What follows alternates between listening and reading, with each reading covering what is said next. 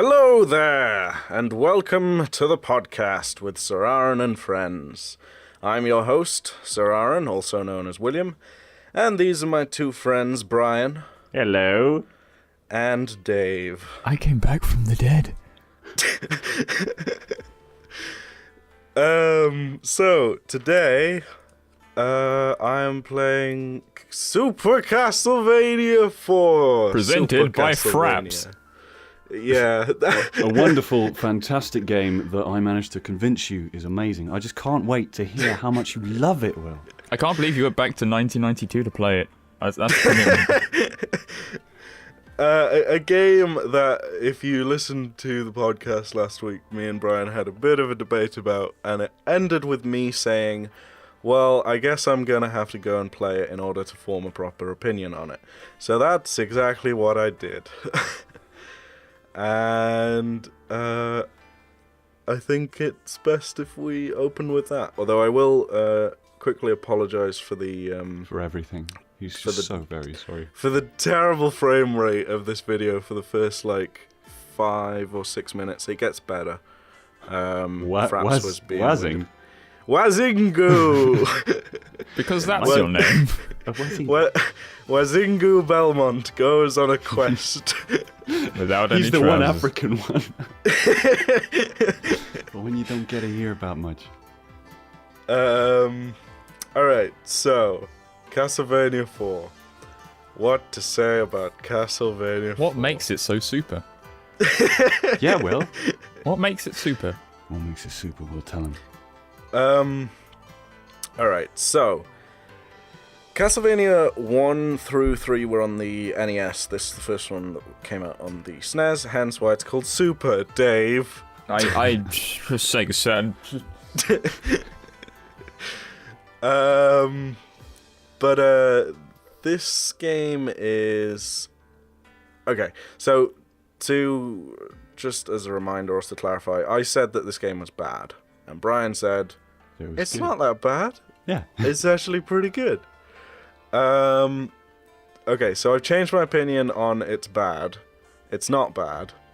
But it's not as good as Castlevania 1 or 3. Okay. The things I like about Super Castlevania 4 is graphics look good. It's got a good soundtrack. It's got good colors and all that shit. Yep. The gameplay is, fun and engaging, and overall, the whole game feels like there's more of a quest, more of a,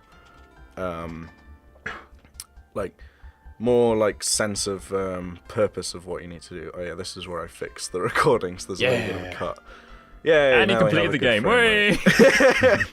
Yeah, I just cut to the end.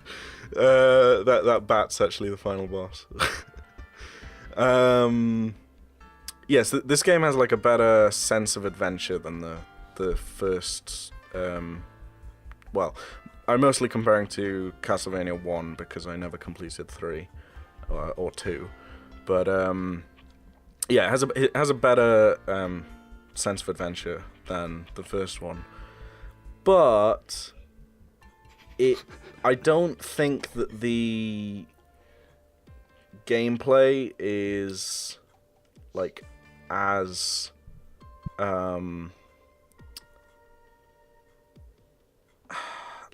not engaging. It's I guess it's not as hard, and it feels and plays completely differently to Castlevania 1. And it's mostly to do with the whip.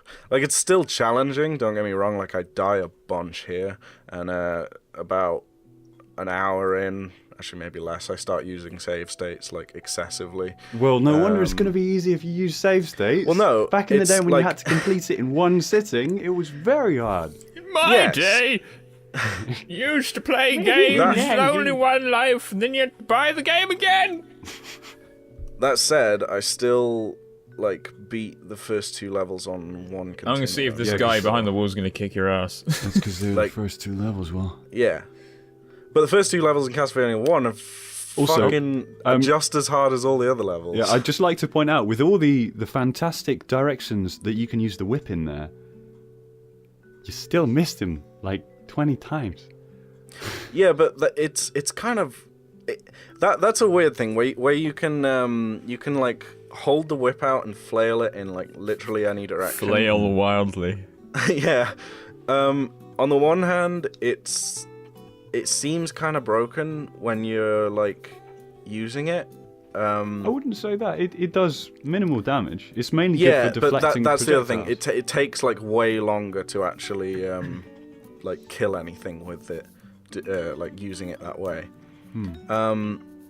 I think the thing that annoys me the most about Castlevania IV is like there's just a lack of like oomph to all of like to everything that happens. Like the way that you whip there, like it doesn't seem as like strong or as like purposeful as the way that you whip in Castlevania 1. Do you mean because it's not as limited and it's faster? Yeah. I think the limitations of Castlevania 1 are what makes that game.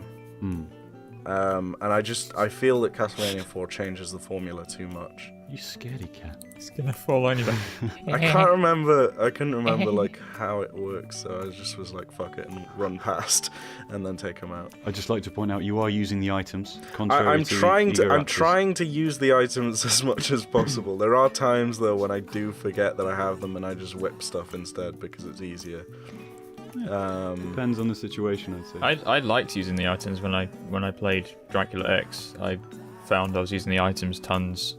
And They that's kind of the definitely same. don't feel as strong as the whip though. Mm, Like I mostly use the items against bosses. yeah, bosses definitely. But against everything else, you can just whip it. If you've got a level 3 whip, you can just whip it. That just makes me think of the licorice whip thing. Licorice whip. Licorice whip. Um, Aww. I was going to say, I thought there's water. I don't know where all the wall chicken in this game is. Where's the Like, wall chicken? I think I only find like 1 or 2. Floating. Yeah, I don't know, Unicorn it's- head. Yeah, fucking. I tell you what, that's something about that I find weird about like Castlevania 1, and this game does it as well. Is there's like at the very beginning of Castlevania 1, there's a dog enemy that shows up for like 1 tile and then is never seen again, and it's the same with those horse heads. Like they just never show up again. You'd rather That's have a because giant they're horse basically head just boss. weaker Medusa heads. Yeah, I think so. Well, no, because they come at you with like more purpose, whereas Medusa heads Come don't at you meander. with the horses come at you with purpose. As opposed to Medusas who are just doing it for the money. Yeah, I think in this case, they just kind of fit the level more. It's like, oh my Do God, you ever learn? you idiot. I've got a good feeling about this playthrough. Yeah, I die a lot. It's going to make me angry. Yeah, I start using save states because I didn't want to just like have a bunch of because there's like, no way you're this- going to complete the game like this. No. Like I would be perfectly happy to play this game without save states. It's just that for the purpose of this recording, I didn't want to spend 5 hours making a recording and then cutting it up and like cutting out all the shitty deaths and stuff. Look at that spooky ghost. The slowest moving spooky ghost. Come here, you. Yeah, that's the thing. Come Man. here. They're the kind of enemies that are always constantly there. He's so Yeah. slow. He's so slow. Where the fuck he you ain't going? got a chance. Where you going? Don't you walk away from me. You can't escape. See, he spooky distracted ghost. you from that little dropping down thing. Yeah.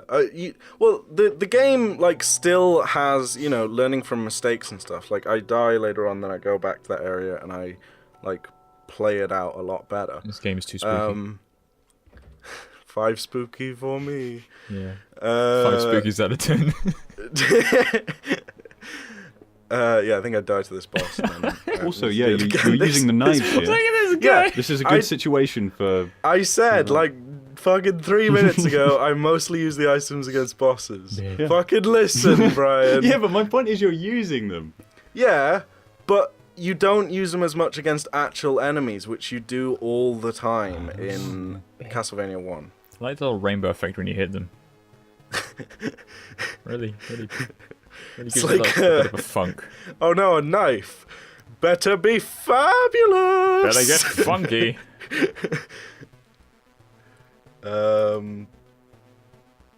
Yeah, I don't know. I do just like the whip power-ups Something in this about game. it bugs me. Or whip Like- power-ups? Yeah, how when you die, your whip is reset to the crappy rope whip. Yeah, that was The in more that you Castlevania get. 1 as well. That's in. I don't that's in recognise one the items at the moment, other than stopwatch. of them. Is That's that a stopwatch. Yeah, Okay. that's a stopwatch. I never use it though. I don't think, or at I've least I never don't use it seen- effectively. So what did you just pick up there? That was was the a whip whip pickup. upgrade. Okay. They look like chandeliers for some reason. And that's turned it into a steel That's whip. turned it into a steel ball on a chain, and then the third upgrade makes it a longer steel ball on a chain. Wonderful. I haven't properly played this. I probably saw Brian play this, Yeah. but Yeah. I haven't watched full playthroughs because any of my knowledge from Castlevania comes from Symphony of the Night. So knowing how the stopwatch works on that, I'm not sure it works the same way in this. It probably does. Symphony of the Stopwatch Night- stops time for about 3 seconds. Yeah. But I think the only difference in items in Symphony of the Night is you get the weird gem thing that pings around. Yeah. What's that do? It's kind of not The amount of great. items and like a spells and knife shit you that get just- in that kind of is almost like it's a different Castlevania, different game to Castlevania. It's almost more about spells than it is about actually attacking things. Well, don't you play as Alucard in that one? Yeah. Yeah. Yeah. So he's like a sort of vampire dude or Yeah. something. Yeah, I think that's the first one where you can change your weapons as well Yeah. and get a You shield. can. Yeah, you don't have a whip in that one, do you? I'm not sure if you can The- get one. The final boss of that game has a whip.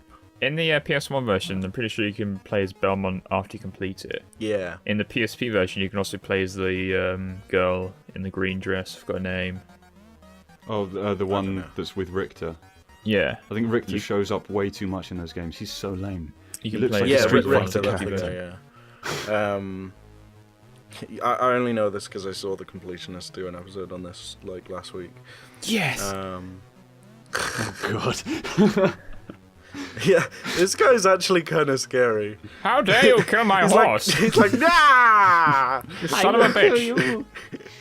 And one day from retirement, I'm back. Thought you got me, eh? I do really like the Ah. music it plays when you collect one of the boss orbs.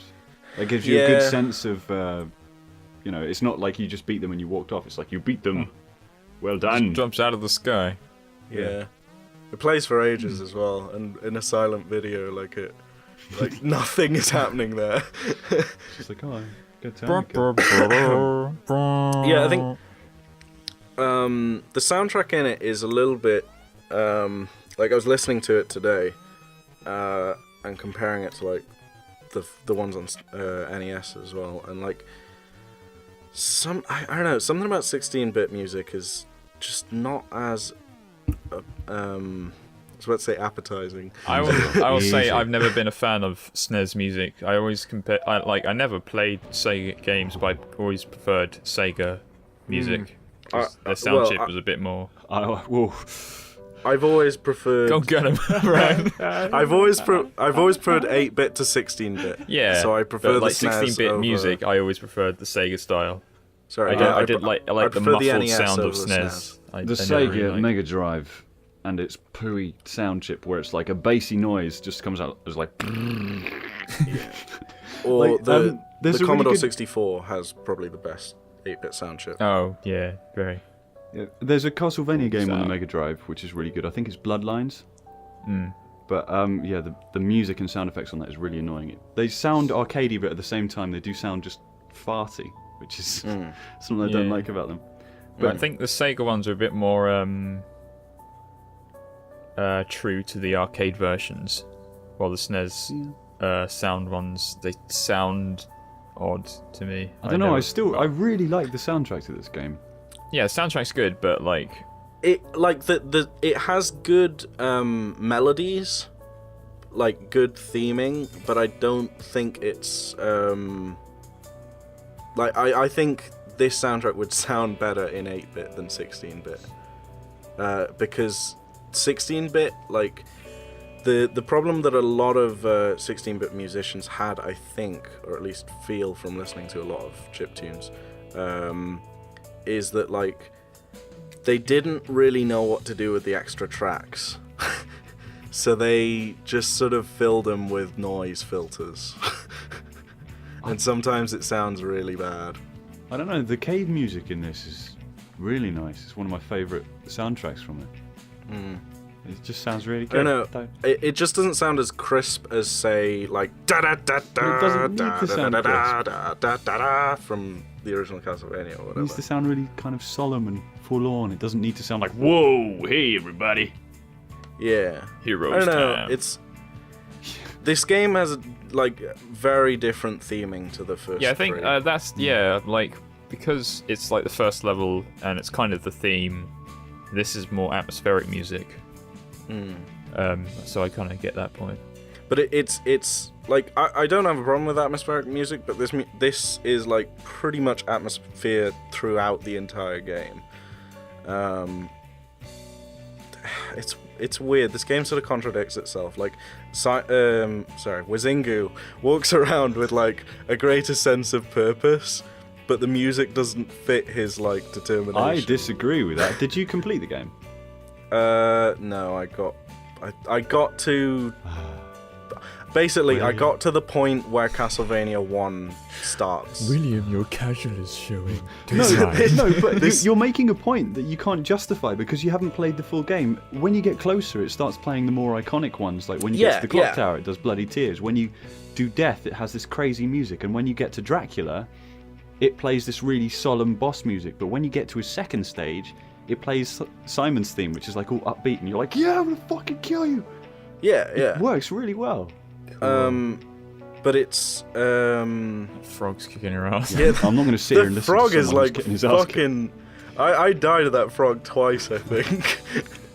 It's a fucking annoying frog. Death. The frogs just devour your corpse. The first of many. Okay, so I've completed Castlevania 1.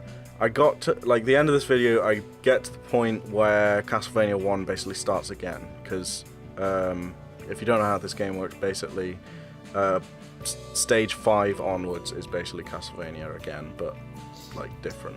That's and I was right, like, I can't be super. bothered playing Castlevania 1 again. Castlevania 3 does the same thing, that's where I stopped playing Castlevania 3. But I have completed Castlevania 1. So I'm just assuming that it's basically the same. Only with better graphics. You can't play games and all and that go shit. around with that assumption. It could be Well, doing something really good. If a game literally takes you back to the first level of the It first doesn't game literally, halfway through. Yes, it It does. just It even has the visually- fucking dog enemy.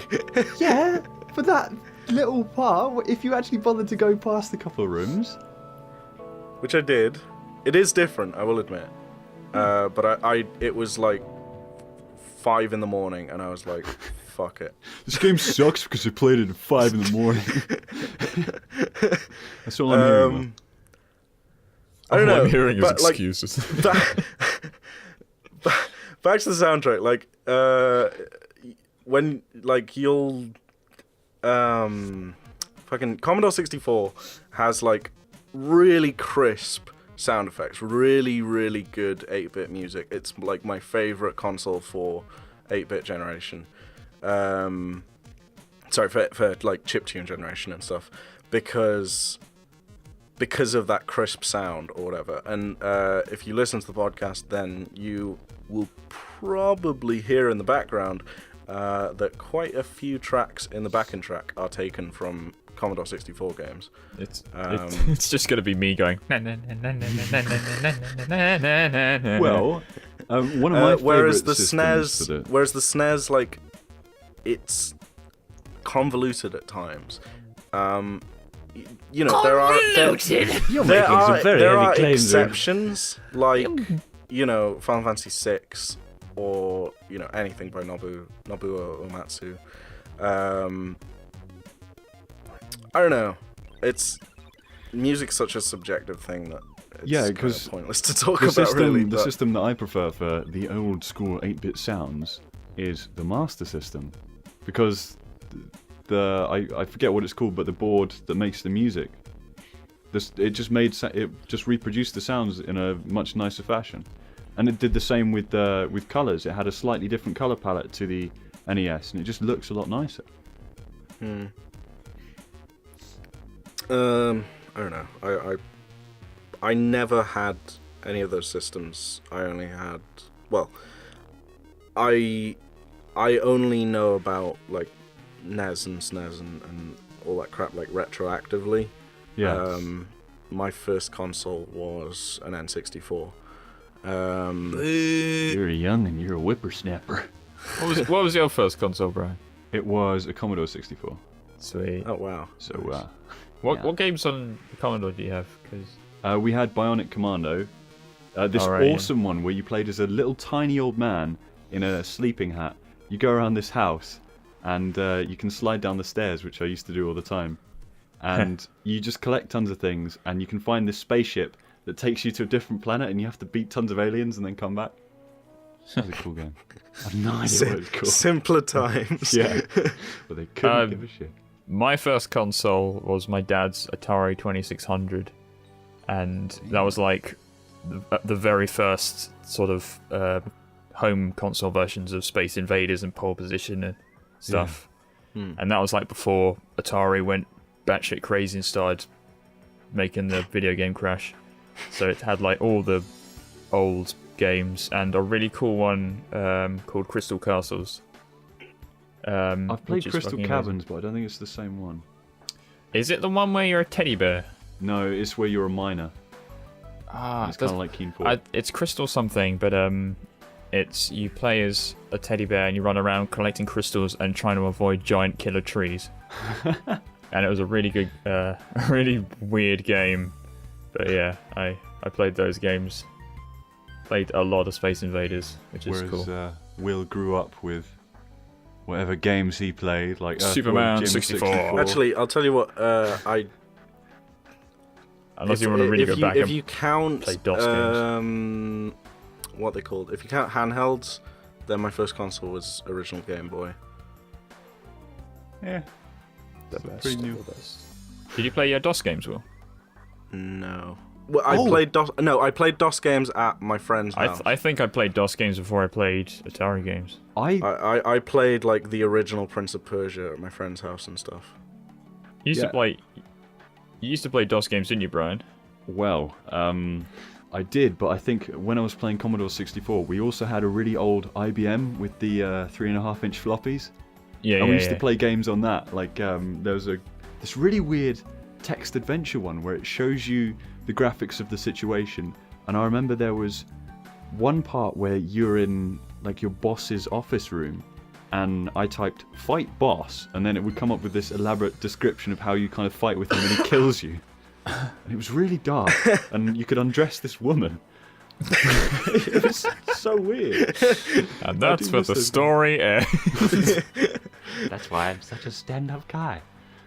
I did like because in DOS times, because it was all freeware and shareware and stuff, there was just so many odd games. And like, especially back then, I used to get magazines with discs of like 200 shareware games.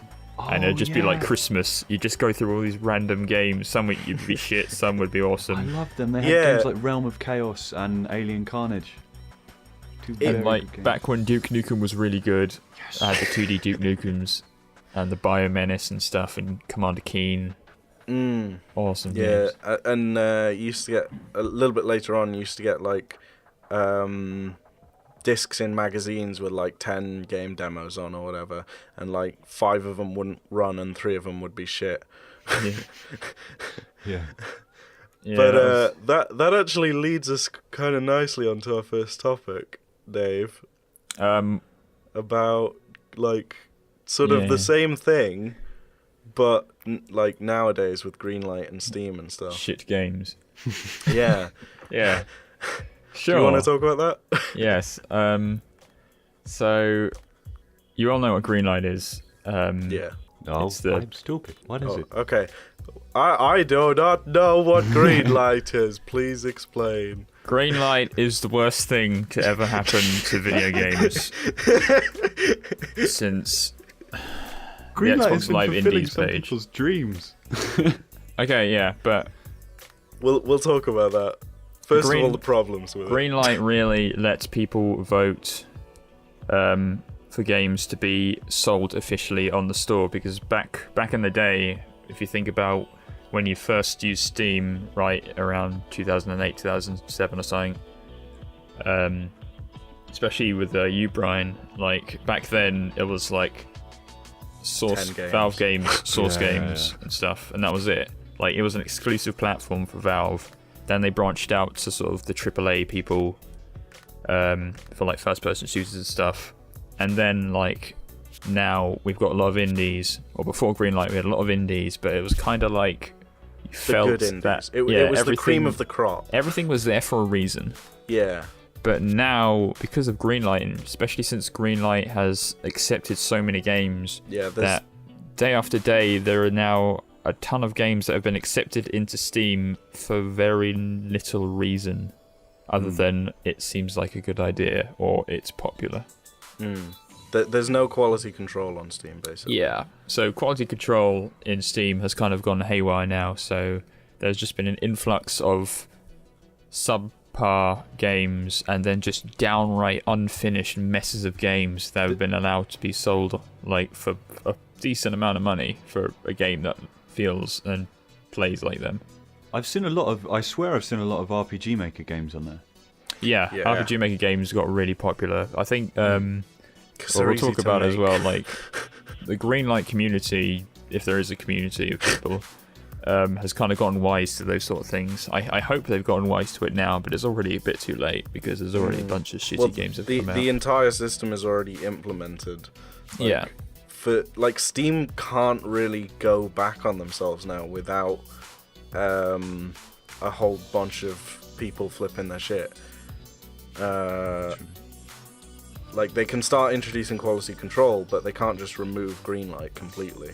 Yeah, well, because the way it works is, if you go onto Greenlight and see a game you like, you can just press a button and say, "Yeah, I'd buy that," and it's technically a vote for them one step closer to being sold on Steam. If you say, "No, I don't care about that," it'll simply skip it, which is fine, but because of that, there's really not stopping anyone from just going through and saying, well, why should I deny these people a chance to get a game out? Like, they worked hard on the game, sure, but then sometimes Sometimes they didn't work hard on the game. Sometimes they didn't work hard on the game, and people are voting for the idea rather than the game itself. They're like, I think Guise of the Wolf is a very good example of it, a game that's been greenlit, and it's just an awful, awful game, not completed at all, nowhere near being completed. It looks like a student game, like in development, alpha stage, and it's on sale for £7. Ooh. And it boggles the mind how it got there. I only saw like a small little preview of that game because Jim Quisition did an episode on quality control on Steam today as well, and he mentioned that, and it looks like one of those. It doesn't even look like a game. It doesn't even look like pre-alpha. It's like it's like a first-person game where you like click on people and kill them, but they only have like 2 frames of animation, even though they're 3D models. Yeah, it kind of looks like someone who just said, "I did some 3D modeling and made like a rough idea of a game on my weekends." They're not even good 3D models. And like, it doesn't look finished because it looks so much things look like they need to be improved. And the voice acting as well. I haven't heard the voice acting. But it gives people like me a platform to hone their skills. As actors, as writers, as 3D modelers or whatever. It gives them experience working with some sort of market to distribute it. before they move on to bigger and better games. What, Greenlight? Yeah, but In a way, yeah.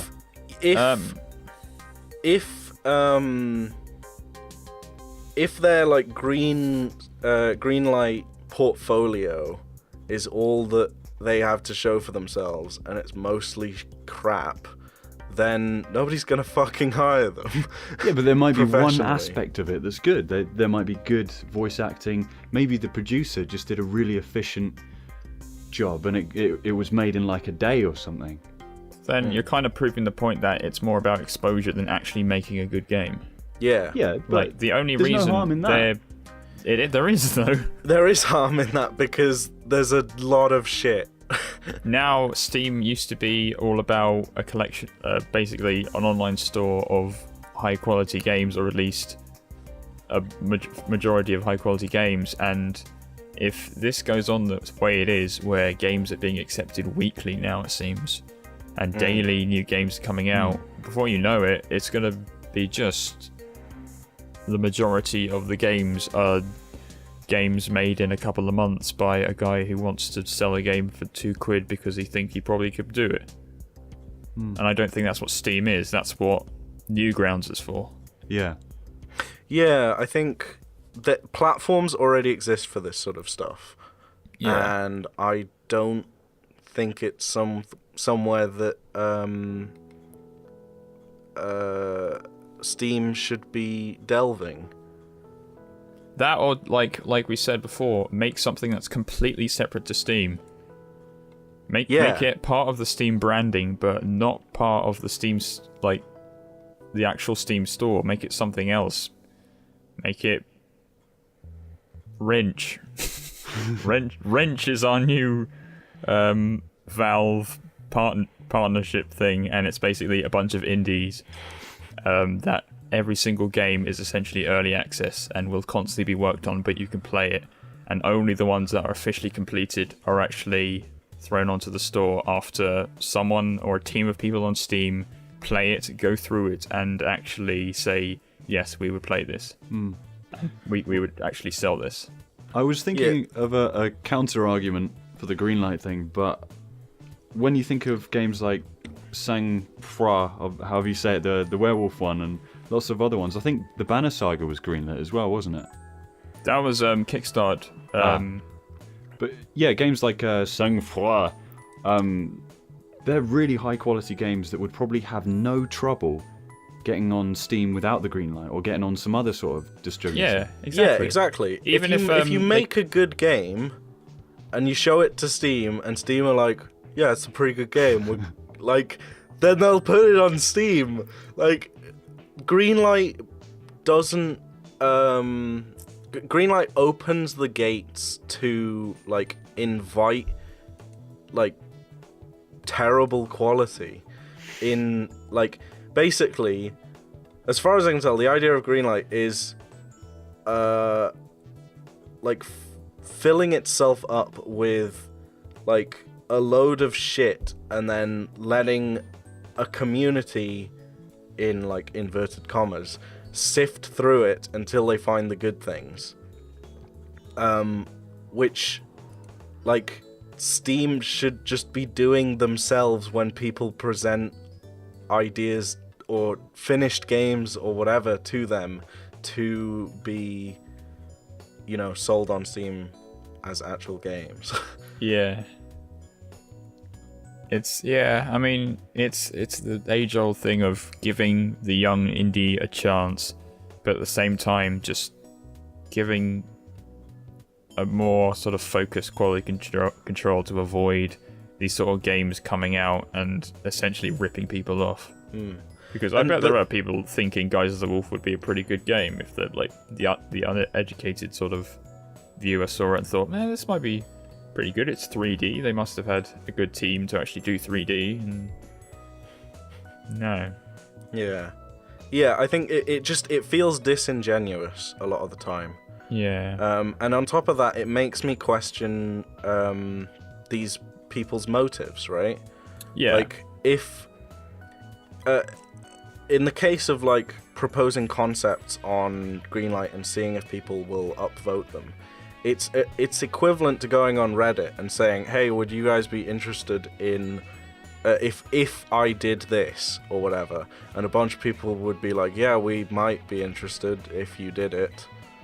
Like, if that's your motivation, like a bunch of people saying, yeah, I guess we'd be interested in that, then that's like not a good way to work on a project. Like, your motivation should stem from you wanting to make a game about whatever. Not from people saying, I'd buy that for $1. Although I'd buy that for $1. I'd buy that for £10. Yeah, although in the case of most of these shitty games on Greenlight, it's like $10. I think it's and it's definitely not worth that. It's the classic thing of making a game for passion rather than money, sort of thing. I mean, I always like the idea that if you're good at something and you're enjoying it, you should be paid for it. But at the same time, if it's your very first try and you've just got into a 3D program and you made yourself walk around a like blocky world, and then you modeled a sword and you make it so when you click someone, their health goes down, and you think, I've got a game going now, I should make money off this because I could do that. That's the wrong thing. That's the wrong ideology of Greenlight. I think you've nailed it. Like, that is just the wrong way to approach like being creative in that way. It shouldn't be something that stems from just wanting to get popular or wanting it shouldn't. to get what it is it shouldn't be noticed. You should never go on Greenlight if you have an idea for a game and you've started it. You should only go on Greenlight if you've finished your game. Yeah. Because the only thing left for your game to do now is for people to play it, and if you believe that it's worth money, then you should put it on Greenlight. But a lot of these people, like, they have to be smart enough. They must know. Like, Yeah. I know when something's bad. I've done something bad. Like, I've made something or something, and I think this is kind of crappy. Like, if I make something, I won't instantly look at it and say I can make money off this no matter what, sort of thing. Yeah, because like me and you were talking about it. Like, me and Dave's, like, we're both pretty creative people. Like, I have experience with 3D modeling and art. Dave has experience with art stuff. And do you do coding, HTML stuff? I've dabbled in it, but not. Yeah, and I've I've dabbled in it as well. Like, if me and Dave were serious, like, we could probably both learn code at the same time and make a game. But like, we were like looking at how shit some of the stuff is, and we were like, we could make the shittiest fucking game but make it look really good and charge people 15 quid for it on Greenlight and just like rip people off. And I think, well, not to like, that effect. As no, in, but like we had that gives sort you- of we had that sort of idea as a joke, but it turns out that some people are actually doing that. If you think about it, games like Flappy Bird, pretty simple graphics, pretty simple. Yeah, but code. Flappy Bird's free. Yeah, but it's not like he hasn't made tons of money off it. Yeah, that's but like a very through ad specific revenue. thing, That's though. completely different to charging someone, like having a paywall to a piece of shit is ridiculous. Yeah, asking someone to pay for a game that is Well, not finished I think shouldn't be allowed anyway. Like, from common, like, the way things work in the UK is you can't sell something that isn't, like, described as exactly as it is. Yeah, but Yeah. I kind of think that the people doing these Greenlight games that suck tremendously, they should just first try and make a simple app like Flappy Birds or Tetris or whatever, Yeah. Yeah. instead of just being like, "Hey man, I'm in an RPG." Yeah, I think it's supposed to have some of these characters? people are just a bit too ambitious I and think, don't have the like- skill level to Yeah. make what they want Honestly, I think is why the community should be Greenlight Greenlight would be all right if they weren't charging people. If I could play Geist of the Wolf for free and then make up my own opinion on it, I wouldn't feel so bad. I was like, well, this is kind of shit, but at least I didn't pay £7 for it. Yeah, if it was more donations. If everything was free, maybe put donations in. But if everything was free on Greenlight until it was released, then that would be a great way of doing it. Because then you get a ton of feedback from people that just play Greenlight games all the time, and it would help build a community behind your game because you literally have player testers talking about your game. Yeah, I mean that's like kind of how Minecraft worked. Although Minecraft is an exception because it did have a paywall. That was the first of its kind, though. Yeah, and it actually had something behind it that was. Yeah, I think that the concept of Minecraft was intriguing enough for people to be like, I'll spend £5 on that or whatever. I mean, the amount of time that I put into Minecraft, I'd say it was definitely worth £10. But that is an exception. And that didn't do it through Greenlight, because Greenlight didn't exist back then. I didn't even need Steam. Yeah. Didn't even need marketing, it was just word of mouth. Yeah. So, I feel that Steam have created a platform for something that doesn't need to exist, almost. Yeah. I'd definitely say the early access stuff is different from Greenlight. Some of the stuff is actually of a good quality. And this isn't like something being kickstarted and like 6 months of work being put into it and then it being put on Steam. Because even if that's shit, it's still like better quality than something than somebody like trying to like launder money off idiots. Yeah. We're not trying to make friends here. No. Well, it does, like, it really pissed me and Will off when we saw some of these games get away with expecting to get money from them. It really kind of, I think just the sheer quantity, and like say you want to play a bunch. It's not actually going back to the whole like magazine thing, right? You used to buy a magazine, there'd be 10 games on a disc. And the magazine cost like £3. Yeah. You'd have a whole magazine to read and 10 games to play, potentially, if they all ran. Nobody read it. But with Greenlight, it's like £3 for every game. Or sometimes even more. Sometimes like £10 for what is basically the same quality as the stuff that was on those discs 10 years ago. Yeah. I love like you mentioned before, the discovery aspect of demo discs. Because that's how I found out about Nox, which is one of my favourite PC games. And I've bought that game twice. I've never heard of it. 3 times. Exactly, you need to get those PC games, PC demo discs. Exactly, yeah. An internet version of like PC game demo discs. It's called and actually they do kind of exist in like not Humble Bundle, but there's other like indie game bundles that like, because Humble Bundle nowadays is like the best of indie games, but there's a a bundle group whatever that I follow called Indie Bundle or Indie Royale, I think, which like every week has like 5 to 10 games for like £4 or £5.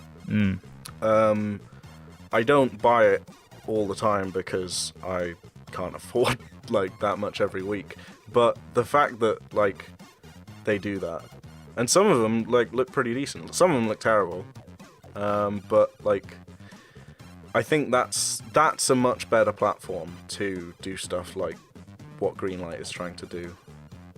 Yeah. So to summarise, Greenlight is crap. Greenlight is crap. Please stop doing it, Steve. Greenlight should be for the people seriously with a serious development cycle. More like brown light.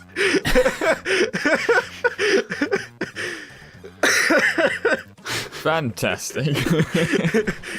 Also, you've been on this path for ages, Will. Yeah, this is where I started save stating. Well, because if I... Did you get to the treasury at least? I can't remember. Oh, what's that? Where's the treasury? It's probably in the bit that was, just exactly like Castlevania 1. Oh, right, okay. Yeah, this is where I start saving because otherwise I'd have to play this entire level again. Yeah, for like the 12th time. Yeah, so... And then I start, towards the end I start using it excessively because I'm getting bored. But, whatever. Ordinarily, I wouldn't use save states. Yeah. So. I don't know. I can't trust your opinion on this game.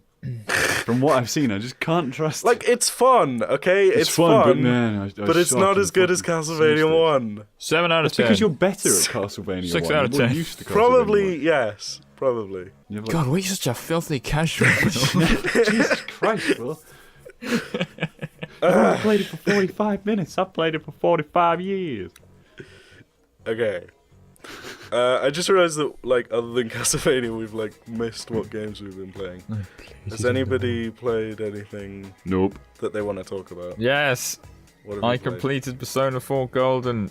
Oh, yeah, sweet. I love that game. So I bought I've never that. played any Persona game, so please elaborate. Despite the fact I like RPGs, I've never been a huge fan of turn-based RPGs. Me either. I like the mechanics of it, and I like to play them, but after about an hour or two, I kind of get a bit turn-based. And I started kind of. Oh my God! Sorry, I was raging the whole time. Carry on. And I kind of got into games like Disgaea and stuff more for an RPG fix. But this is the first kind of proper turn. What are you doing? I think I'm killing myself here so I can reload.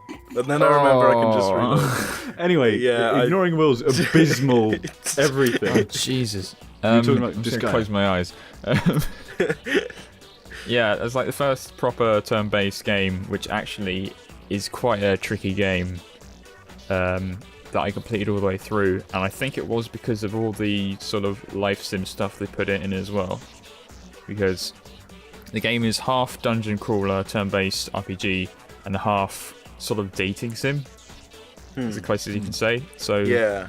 Your stats and your personas, which are kind of like your Avatars or something, right? yeah, it's like your job in Final Fantasy. Right. So yeah. different personas have different abilities and different stats, and you level them separately.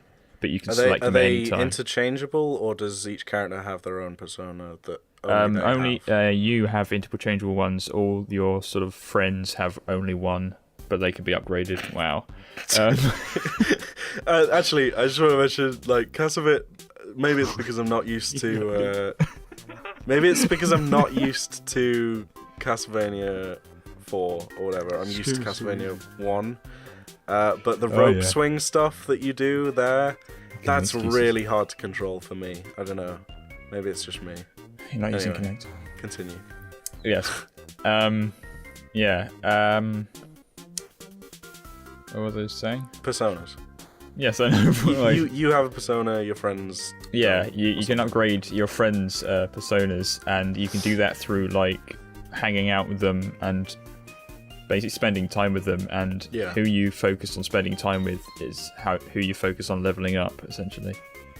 So you've got a multitude of friends in your school that you can hang out with, and all the while you're doing this, there's a sort of murder mystery going on that you're trying to sort of get to the bottom of. And I kind of slowed down playing it because of the grindiness, but then after a while, because I was playing on the Vita, a lot of times when me and Will were just talking, I would just be kind of grinding, playing it, leveling up my guys, and before I knew it, I'd over-leveled far beyond anything the end game could throw at me. So most of the stuff at end game is around the late level 60s, and my main guy was around level 85 or something. Oh wow. There's a point where the personas stop being that level. You can find personas as drops, and a lot of them were coming up at level 60, level 70, and I'd already leveled my guy to the late 80s. So I was like, the guy who I thought was the last boss, I kind of walked straight through. And then when I completed it, and was like, wow, that was a pretty unsatisfying ending, I looked it up, and I got one of 5 endings, and I got the neutral ending, which kind of nothing happens, and I missed an entire dungeon and a boss at the end, because I got the neutral ending. So because of that, I'm going to replay the whole game, because I want to kind of get some of the stuff I missed, but and then try and get the proper ending. Games that combine lots of different aspects of different games, like you said, the dating sim, the relationship management, as well as the RPG aspects. They just, I don't know, but they always seem to be really good. It's good because sometimes you get burnt out by sort of battling, and sometimes you want to just walk around, talk to people, buy some stuff, and you still get that satisfaction of advancing your character, because at the end of like hanging out with your friends, it'll say, you've ranked up your friendship link by 1. Now they can take a mortal blow for you in battle, sort of thing. It's like, oh, cool. I'm actually leveling up my characters by not actually battling, sort of thing. Yeah. Yeah, it's like Pokemon, or the newer Pokemons at least, where you can do like the cute competition and like beauty contests or whatever, and like it's still a fun aspect of the game, but it makes a change from like battling and leveling up and all that crap. And you can get prizes that are really useful from those competitions. Yeah. And it's a really long game. I've put in about just over 100 hours, and not many games other than Makai Kingdom and Disgaea I do that with. So it's one of those lofty RPGs I've spent a shit ton of time on, and I'll probably spend a shit load more time on the New Game Plus. It's a super fun game for all. Though, you should definitely play it, Brian. Yeah. Just a quick question: with the New Game Plus, do you start at the same level that you ended at last time, or is it just like items carry over, or what's different? I haven't really looked through it. I know your character yourself has like specific stuff like courage and intellect and wisdom, which helps with the like statistics that help with talking to people. So you could like ask people out, but you don't have enough courage, but that carries over. Right. I'm pretty sure my compendium of personas carry over, so I can I don't have to farm for the correct personas. Because like personas are a completely amazing thing as well. Like, there's so many of them, and what you do is some of them are really hard to get. So you actually craft them by like linking personas together, and it gets kind of complex the amount you can do. Because sometimes you want a certain persona with a certain ability, and you kind of have to link 2 together to have like the sort of infinite ability, which is the ability that is from its predecessor. And then from that you can keep that ability and put it on a persona that never actually learned it in the first place. Oh, right. Cool. So you can make like completely custom characters. Yeah. And I'll probably, because my last my guy only really used physical attacks, I got like quite a strong persona I made by combining 4 of them at the same time, and only used physical attacks because everyone else kind of used magic. And there are a couple of friends that, because of how much I leveled with them, when they joined my party, they were already like 20 levels under my whole party. So I was like, I won't be using you, but I think for my new playthrough, I'll actually use the people I didn't use and actually be friends with them so I can level them up. And there you drowned. And then I drowned. It's just this is where I start using save states a lot, because I get bored of drowning.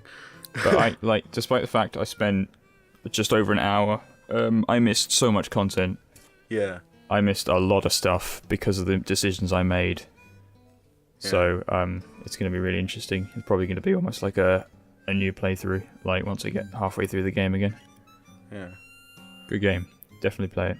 Yeah. And then it's on the PS2 and the Vita, but the Vita version's better because it has more content, but the PS2 version's still a great game. And then once you finish that, you're going to be playing FF Tactics. Yes, I'll try and get into Tactics. it's a bit slow plodding because I'm used to Skyer and very quick. The first tactical games. First 2 chapters are a little bit slow, but the story keeps it together in the last 2 chapters. I also want to get Tactics Ogre if I like. Oh, yeah, I really want to play that. Because I know the PSP version lets Cling Together, which is a wonderful name. That's supposed to be quite interesting. So is that Final Fantasy Tactics, or is that Ogre Battle, or is that a combination of the two? Ogre Battle is from the same people who made it, but it's not Final Fantasy. Yeah. It's... I can't remember his name, but it's like the same sort of system or whatever. Engine. Also, I just found Symphony of the Night PS1 Classics is on the PSN network, so I want to get that on Vita so I can play that. Yeah, they have a lot of good games on there. Yeah, that's classic games. Like a new thing they're doing, right? Like with the we've been there for a while or something. But I was kind of looking for the PSP version, the Dracula Chronicles or whatever it's called, Castlevania Chronicles, I think it is on PSP, which has Rondo, Symphony of the Night Special Edition, and another one. But it has like a ton of extra content for... It sounds like it might have Castlevania Chronicles, which was a PS1 game. And no, it was like a port of a PC version of it. Oh, the PC engine one. No, not the PC engine one. I'm not sure actually. But it must... No, I think it was. It was a horrible game because if the screen moves away from where an enemy was and you move back, that enemy's back alive. Oh, so, right. God, I hate that game so much. As Castlevania Dracula X Chronicles. And it's got a weird 3D, 2D version. Ew. I think I've seen my brother play that. Oh, that's gross. The one where it has Richter and the girl. It's a 2D Castlevania game modelled in 3D.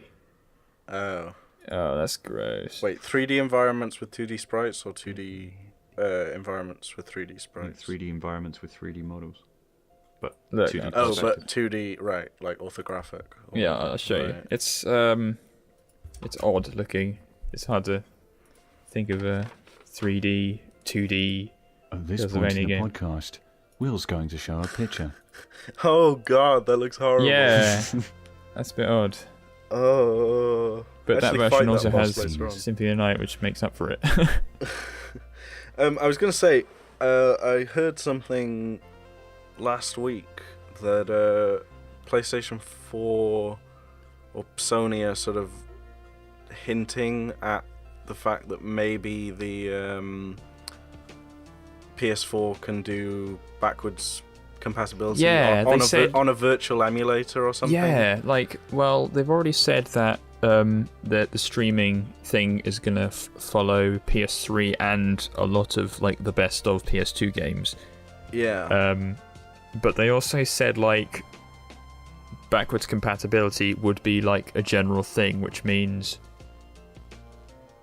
I don't know how they do it. Yeah, well, because they said that they said that the PS3 couldn't do backwards compatibility, and then people hacked it and were like, yeah, it can. The technology's there. You just need to put an emulator on it. Well, only one model of the PS3 could. Not physical, not physical backwards compatibility in terms of disc reading, in terms of putting an emulator on it. Yeah. Because the PS3 is basically a PC. It's just how it's sort of hardwired to actually run that stuff. But if they made something that actually emulated exactly PS2 games, it'd be great. But at the end of the day, which is always the problem, it's always up to Sony to choose the games that you can emulate, which is always the problem.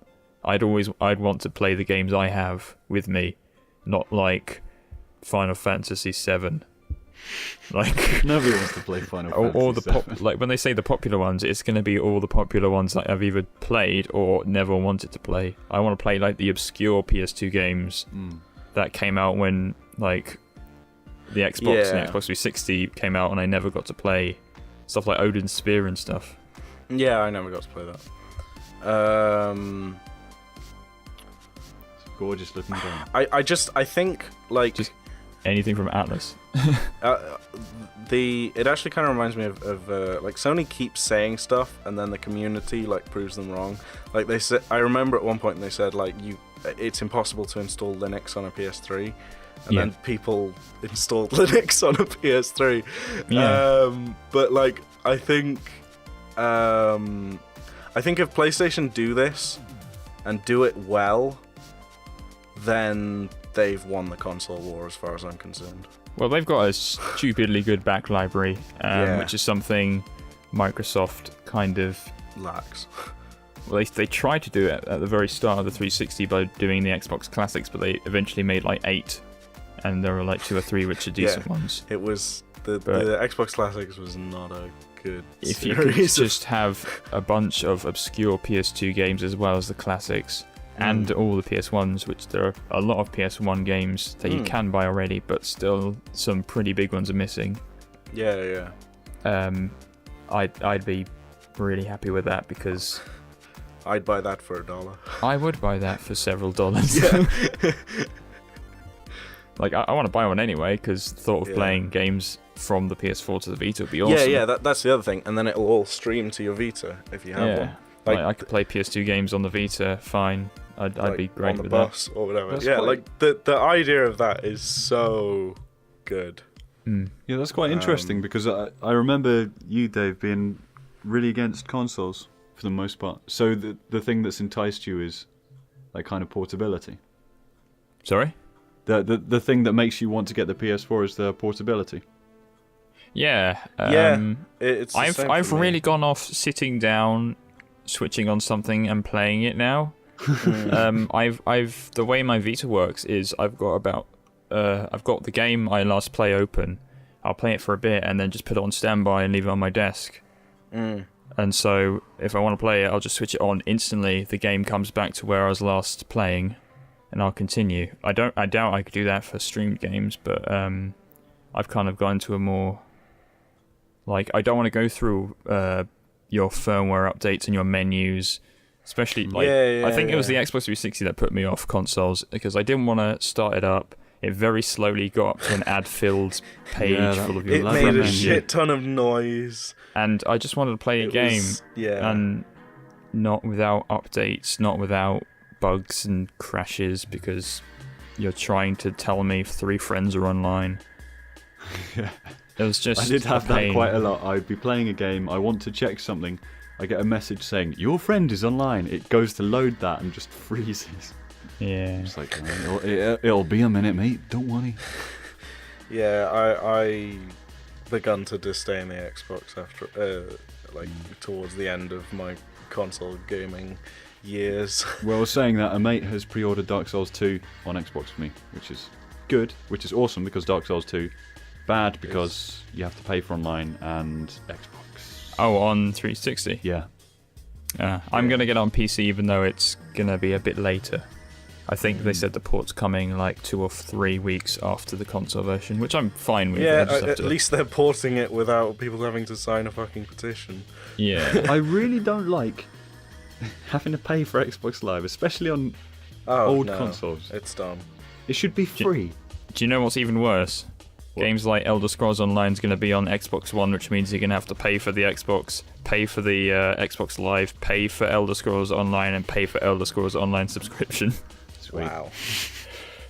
I don't know if they're going to change it for consoles, but fuck. Yeah, that's dumb. Paying online to play online. I know PS4 does it now, but at least when you get PlayStation Plus, you get free games. Yeah, you get something Star back Universe out of as well. PlayStation Plus that isn't just online play with your friends or whatever. Yeah, like on PS4 you get Outlast, which has basically been out for a handful of months. And it's a pretty damn good horror game. The other thing that makes me like say that Sony's pretty much won the console war if they do that is like Xbox no longer has any exclusives that entice me. Like, I used to prefer Xbox 360 over PlayStation 3 because it had Halo on it, and Gears of War. Halo is like the only game that me and my brother play now. or it was until Halo 4, and God, that game is awful. The incident.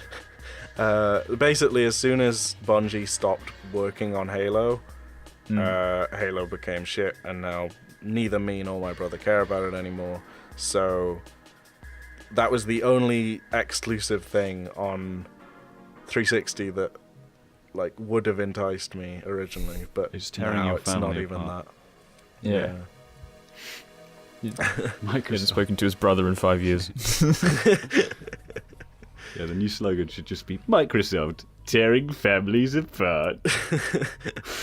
Please tell me my brother's okay. Locked in a Microsoft dungeon. All right, Brian, Yes. Well, your topic. you rang. Okay, my topic is a bit of a heavy one, and That's fine. We've got half an it's hour. a bit of a big one. So, Oh, It took me ages to figure out how these spinning platforms worked. and he still doesn't know.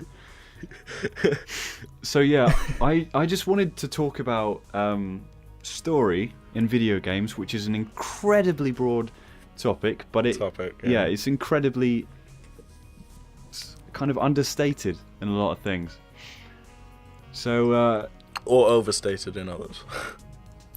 yeah, they can overstate. Well, most of the time where it's overstated, it's normally a really convoluted and poorly written story, which is uninteresting. It's just like what I was saying about Baldur's Gate and everything. Those games would be so much more fun if they just cut the fat of the story. well, the lore, super lore-heavy games Well- as well. Yeah, well, the lore can exist as like an optional thing to explore, but when it forces you to kind of intake such a poorly written story, it sucks. But This is something I've been thinking about quite a lot lately. So, what's your side of it? well, Because I've got a lot to say on this as well, but I want to hear what you have to say. my notes are very kind of strangely constructed because basically I've been watching a lot of talks that Rhianna Pratchett has been doing, and she's a video game writer. She's actually the daughter of Terry Pratchett, so she's Right. taking the experience of writing for novels that I'm sure her father brought her up with, and she took that to game journalism, to actually writing for games. And she says that the way that game writers are viewed in the industry is they're kind of like secondary things. It's not that important, because she says a lot of the time she's just there to fix crappy stories that the companies and the developers have written. So she'll go in there and she'll patch up the crap, but she can't kind of redo it and reform the game around this new story. Because for the most part, the main focus is the game. But the game and the story, I personally feel, should go... If you're going for a story-heavy game, you need to care about the story. You can't just bash it out. And Yeah. a game where I think that it works, and this is a strange choice, is Tenchu Wrath of Heaven. I've never heard of it. Well, Okay. it's not a particularly well-written story, but it knows the place of the story, and it kind of it respects that that it's quite comedic in parts and it's quite serious in others. It's enough to give the character motivation without detracting too much from the gameplay. And it's simple things like, in the first level, you have to assassinate Ichigoya, which is something you always do in Tenchu, and he's this comedic merchant who's always trying to get jiggy with a girl that doesn't want it. And it's written in such a kind of comedic, simple and funny way. You turn up and I can't remember precisely what he does in Wrath of Heaven, but in the very first Tenchu Stealth Assassin, you find him and he's just going, come on, and this geisha just runs out and he's like, oh god, and he has this golden gun that looks like a penis. Because it knows that part's supposed to be funny. And it sets the level up with all of the guard dialogue, because in some of the levels they're like, Master sure likes his money, and you'll see them sitting around drinking and chatting and things, and it's just enough to justify its presence in the game. Like, not just as actual dialogue, but as kind of environmental storytelling as well, where you have like a passed out guard with drinks bottles and things. And there was one level in Wrath of Heaven that always, well, there's two levels. There's one with the puppet master and his castle, where the enemies that you fight, they're all these horrible constructs that are made out of wood, and some of them have like these children's heads on them. And it's kind of that situation where, again, it's more environmental storytelling, but it's enough to fill you with this sense of dread when you're going through it. And there was a graveyard level where there's these skeletons, and you're just like, in most games, the lore is that the skeletons can easily be killed or whatever, but in this one, you have to hold a sword, like this ancient sword from eons ago that sucks your life force to kill them. And it's just little touches like that make it good. Whereas with my favourite Gears of War 3, the story, it gets the kind of basic things down. Like, oh, you made me remember Gears of War 3. I never played it. It gets like the Locust and your vague purpose to destroy them, which I prefer it being vague. And then it just takes on all of this extra crap you don't care about. Like in Gears of War 3, it introduces, I don't know, 3 or 4 characters. And in a lot of, I don't even think it explains most of them. And you're just going around helping Marcus to find his dad, and you're like, I don't care. I just want to kill these things that are trying to kill humans. That's enough for me. I don't need to find my dad. And I think it depends on the tone of the game, really. Yeah, but something that I thought I'd look up is I went to the Gears of War 3 IMDb, and it doesn't list the scriptwriter. Huh. Which just shows the kind of importance they give to that job. And after a bit of searching, I found out it was this woman who'd written the Gears of War novels. And I don't know if you've read any books that are written around games. I've read Halo ones and Warhammer 40k ones. Yeah, well, I've only really read the Metal Gear Solid one, and it was really poor. The characters' personalities and motivations didn't carry on whatsoever. And yeah, Gears of War 3 is just not great, so I can't imagine those books being too good either. I think it depends on, like I said, I think it depends on the sort of the tone of the game.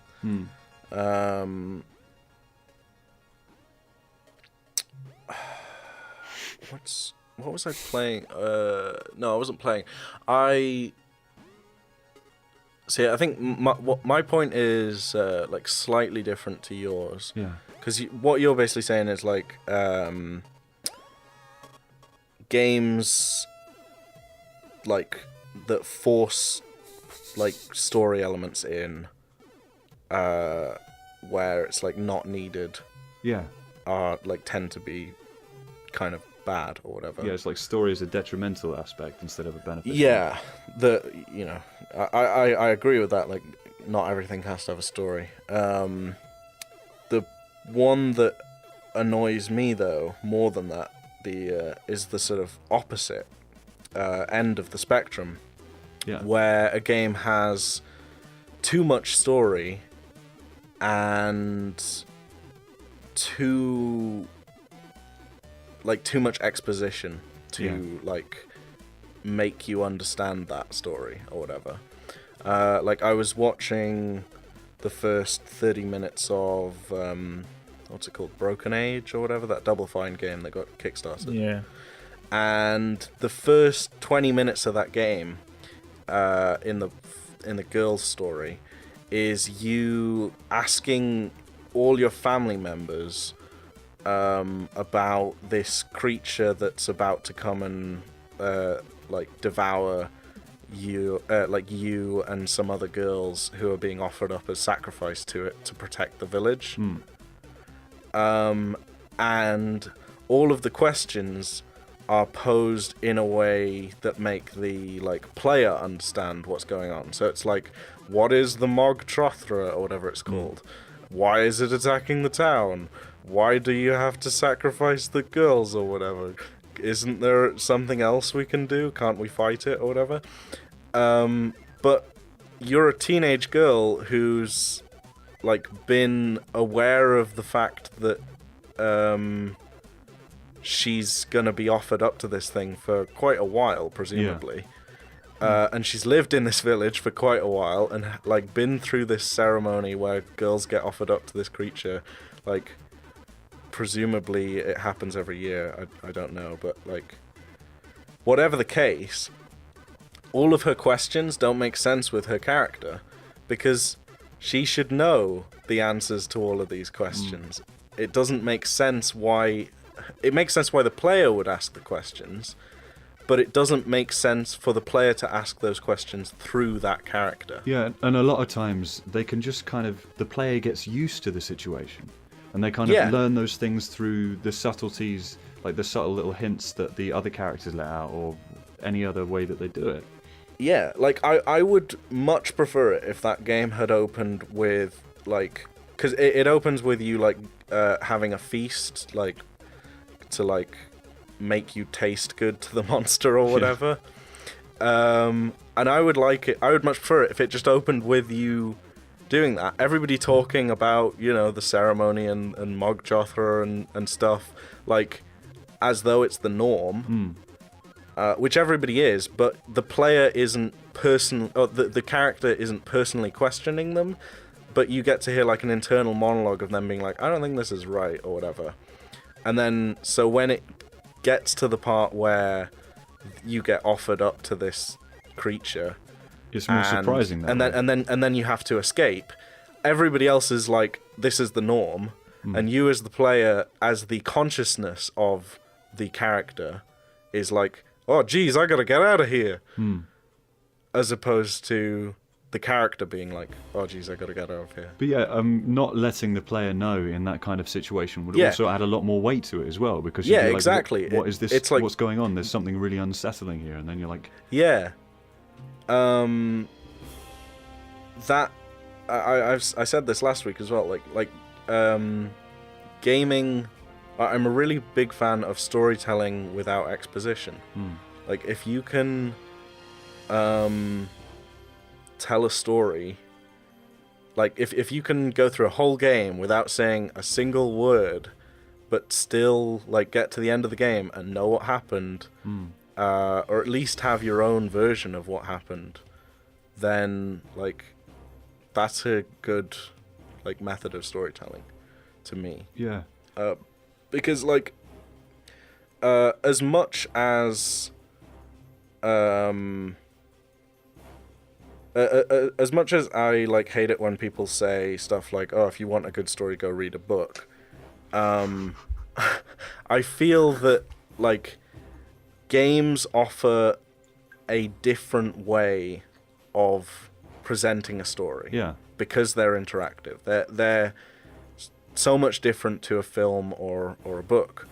And like, yes, you can go and read a book, but you can't get the same experience from a book as you would from a game. That said, though, I don't think a game should try and be like a book. If a game has to put a book's worth of exposition into it just so that you know what's happening, then that's badly designed storytelling. Exactly. It's just like in the same way that in a lot of films they can say a lot more with just physical actions and expressions and everything. Yeah. It's because it's basically I mentioned this in my video, which isn't out yet, on Metroid Prime 3. Right. But I'm going to mention it quickly because it's relevant. Basically, just get crushed. Right at the start of Metroid Prime 3, you have to fly your ship into a space station in order to get briefed about like the mission that the whole game is, basically. And you as a player don't know how to fly Samus's ship. Yeah. When the game starts. But Samus knows how to fly her ship. She's Samus. It's her ship. So the game opens with you not knowing what to do and fumbling and making Samus look like an idiot. Which is completely ill-fitting of her character. Just gonna squeeze this starship into here. So it's not just story, it's character actions. If they don't make sense with... Like, if the player's actions don't make sense with, like, what the character should be capable of doing, it's immersion breaking to me. Yeah. That's exactly the same thing as in Metal Gear Solid 4, Snake shooting at Vamp. It's something he would never do, sort of thing. I mean, yeah. What annoyed me because about of it, that he is was it's sucked not out of the even game. optional. It's you're forced. It's in a cutscene. Yeah. Yeah. It's like, Snake, you know that you can't kill Vamp by shooting him in the head. Why are you shooting him in the head and giving away your position? It's like in Gears of War 3. Sorry to bring this bastard up again. But Marcus... Oh, no! But I imagine, well, it's because Cliff Bozinski and the lady that wrote the novels probably work together, and they just have like a different writing style or whatever.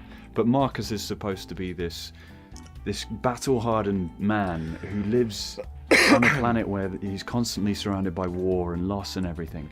But at the end of Gears of War 3, he's like a child in his devotion to looking for his dad, and the way that he reacts when he finds his dad is so kind of uncharacteristic that it doesn't fit it at all.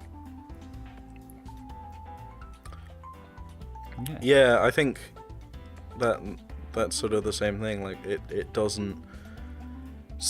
Although that's like in MGS4, that's in a cutscene presumably. Yeah. Yeah, well, and it's in-game dialogue, but it's fucking Gears of War. Why do I expect there to be dialogue options? Can I shoot you, yes or no? I want to use the chainsaw. I want to use the bayonet. Yeah, so that's forced. Yeah. Again, and it's ill-fitting of her character, his character. Yeah, that sounds bad. Yeah. Design to me. It is bad. It's really bad. Although, like, it like is because I haven't played. I've only played Gears of War 2 and I didn't like it. Is Gears of War 3 like an actual like good game? I preferred the mechanics in 2.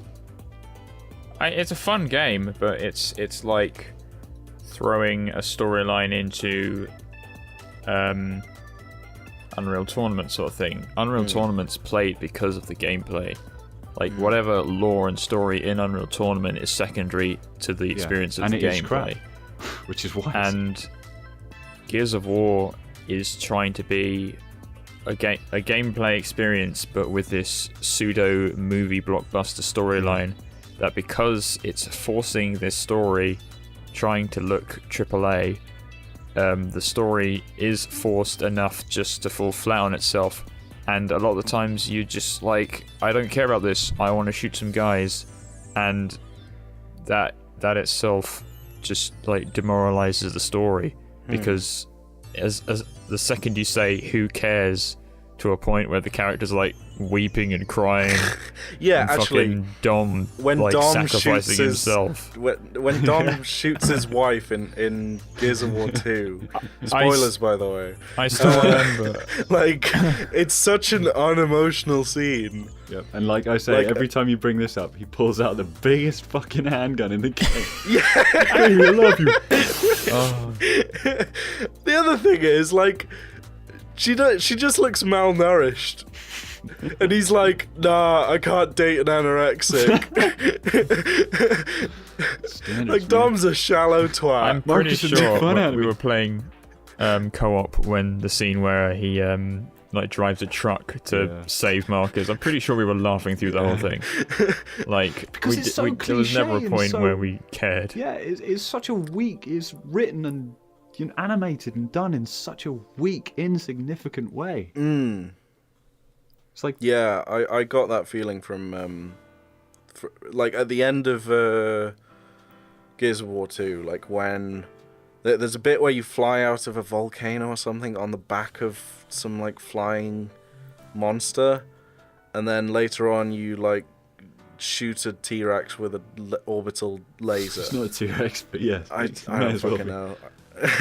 Like, at that point, I was like, this is just silly. Yeah, I fucked that one up. I was just like, this is silly, like, to the extent where, like, all of that emotion and story and whatever the fuck it was that you were trying to pull earlier on in the game is rendered obsolete by how silly this is. If you want to make a silly game with a silly story, or, you know, you just want your characters to be badass, then do that, but don't implement the, like, some shitty story aspect if it doesn't belong there. Yeah, one set of games that I was thinking that does it really well and in a really simple fashion is Ocarina of Time and Majora's Mask. Now, Majora's Mask is insanely story heavy when you think about it, but it's all kind of that death animation. But yeah, for example, I forget the name of the guy that looks like a kid. Skull Kid. No. The guy with the blue hair. It's like a fucking casual Will. Exactly, man. You piss me off. But I don't know. I never completed either. Shut up! You're flying out. Majora's Mask. But he's basically a man that the Skull Kid turned into a child, and he's about to get married. And oh yeah, I know. Yeah, Yeah. and you know, if you don't do anything, You get the lover's mask from it, right? yeah, if you don't do anything, he's basically trapped as a child as the world ends, and he's done absolutely nothing, and it's really depressing and really dark. And when you do save him, you go through a lot with that guy because he was robbed by someone. You find and you beat the robber, you investigate all these things, you go into his secret hideout, and you get him, I forget what he's looking for. I think it's a necklace or a letter or something. And then once you've done all that, once you've gone through that with that character, and bear in mind it's mostly just some slight text chat or just music and camera angles and things. But once you do that and you reunite them, if you stay in the woman's room in the final hour, it's just them kind of sitting Cuddling there. or something? Yeah, they're sitting there and they're so content with the fact that you've helped to reunite them, even though the Even moon though they is know they're going to die, them. yeah. They're just content, and I thought that was such a kind of beautiful moment to Yeah. have in a game. You don't really see that.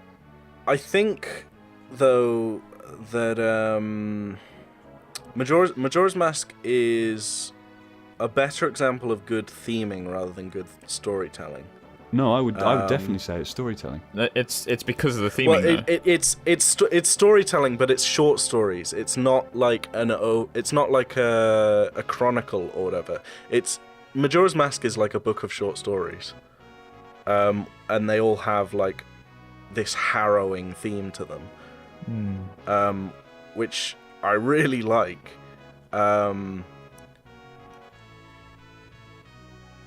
And the clock town, the whole hub world or whatever, just like ties it all together.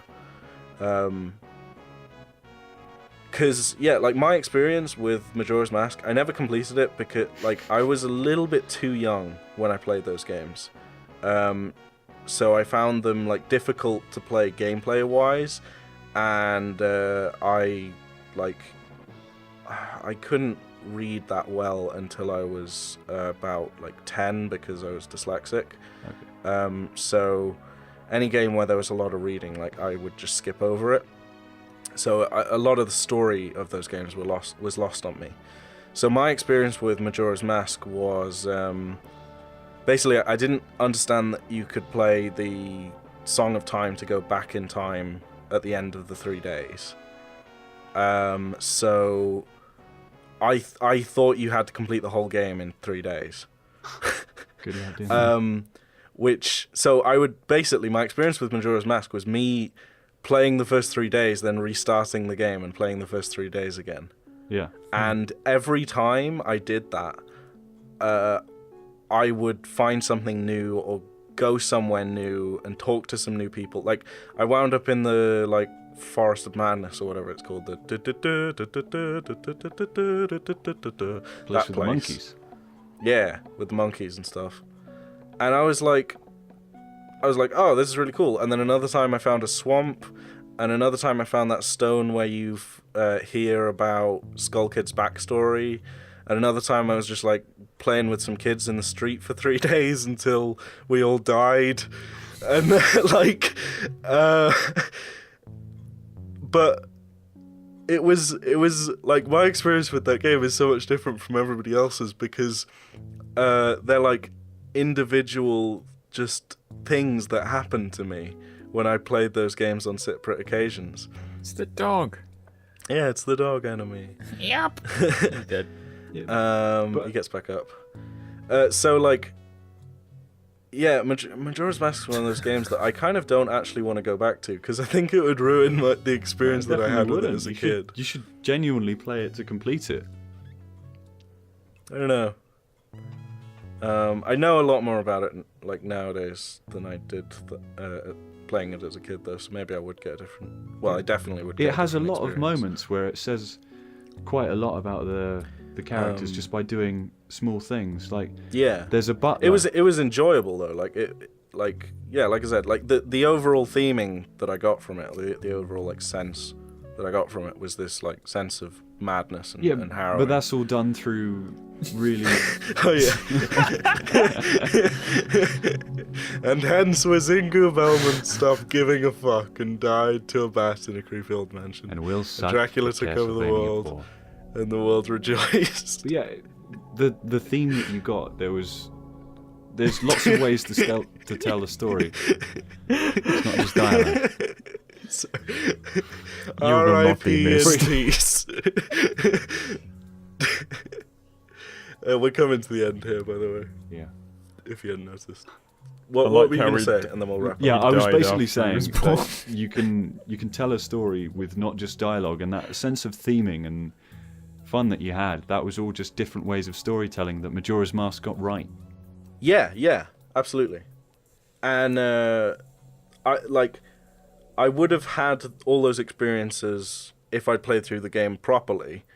But it was always like interesting to me because I had to restart the game every time, or because I thought I had to restart the game every time. It was like each time I did it, it was a new adventure, which gave a slightly different tone to the experience compared to a lot of other people, I think. Also, that opening sequence in the clock tower is ingrained in my memory because I saw it so many times. Yeah. That's another sense of games that have such a rich environment that the players can imagine their own stories. Because I did that a lot in Majora's Mask when I was a kid. Yeah, it was only years later that I started like thinking about the adventures that I had and stuff, and was like, oh geez, some of this stuff was really grim.